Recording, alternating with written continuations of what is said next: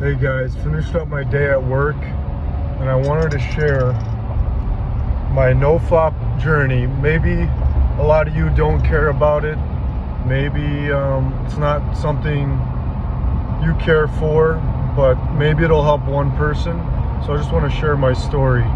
Today I think I'm on day 79. You know, no lusting, no looking at images, no going to the websites, no, they call it PMO. Really just been surrendering myself to the spirit and trying something new. You know, I was a kid when I started, looking at porn and just fantasizing and pleasuring myself. It was maybe 11, 12 in 6th grade.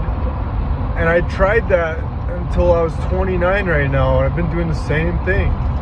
Maybe you find yourself in doing the same thing, maybe smoking weed, just trying the same thing over and over. You got that mental rut. You're sledding down that same slope you've been going down for 15, 20 years. Maybe you're ready for something new like I am.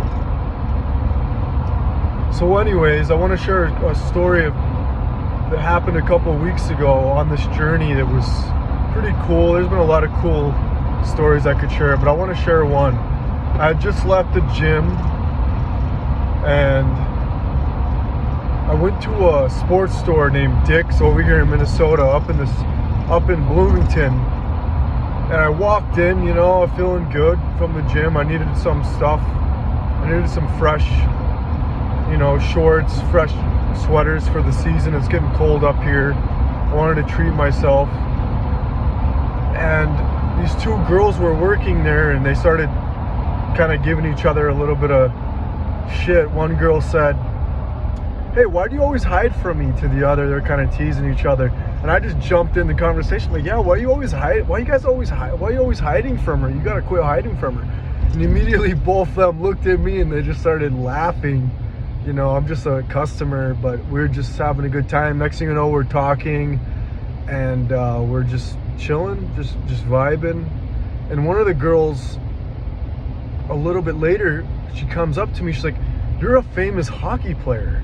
And I go, "No, I'm not. I'm not famous by any means. I'm not famous at all." She's like, "No, I see you on TV. You're a famous hockey player. You're so-and-so, blah, blah, blah. There you go. There's your rings. You got your rings on."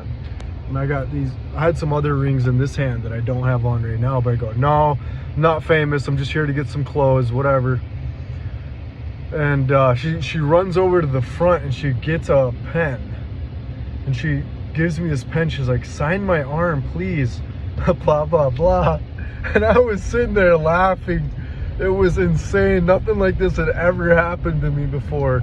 Usually I go in a store and I don't say anything. I just keep to myself. I'm pretty much dead, right? Maybe you can relate. You just feel you're not connecting with people. You're not doing random things. You don't have this energy, this life. And for many years, I didn't have that. But lately, retaining your God-given, essence, I think it gives you a little more light in your eyes, a little more purity in your soul that people can pick up on. And I thought it was crazy. She had me sign her arm, and we just had this moment that was super pure, super funny. And I just thought, my energy was so pure that she thought I was a famous celebrity. And she was treating me like that. And then later I was in the shoe section, and the other girl comes up to me. She's like, "Are you Justin so-and-so from, the Minnesota Wild?" I'm like, "No, I'm not famous." I'm like, "Are you guys good?" I kind of looked at her. I'm like, "Are you okay? Like, come here." And she comes over and I give her like a side hug. She like hugs me tight. And I was like, "You guys good? I'm not famous. I'm just here to get some shoes." And I just want to share that story because it was super awesome. It was super cool. It was something that never happened to me in my life. And there's been story after story like that. Cool energy with people. So just maybe you're not one that has tried this journey. I just recommend it. Usually I got death in my eyes. I don't talk. I'm not funny. I'm not talking to anybody in public. Just keep to myself. But when you got the spirit with you and you're trying to live a pure life and you're going through all the trials and temptations, and you overcome, God rewards you with purity and with childlike happiness. So if you've never tasted of that, I just want to recommend it to you. Cry out to the Spirit where you're weak. Cry out. Ask for help. And there's a reward for you when you're obedient. When you're not feeding your flesh lust, images, lusting after women. They didn't ask to be looked at like that. You know, I'm sure there's a lot of Jezebels out there, but there's some cool girls with pure energy that are looking for the same. Anyways, I'm gonna quit rambling. That's my story. It was super crazy to go through, and I'm hoping for a lot more. I still wake up like the rest of you, fighting the flesh. A lot of things would be easy and pleasureful. We gotta take the hard route as men.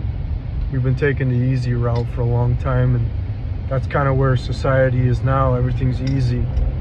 The microwave generation. Now you gotta choose the hard road, the more rewarding road, the true road that only gives peace.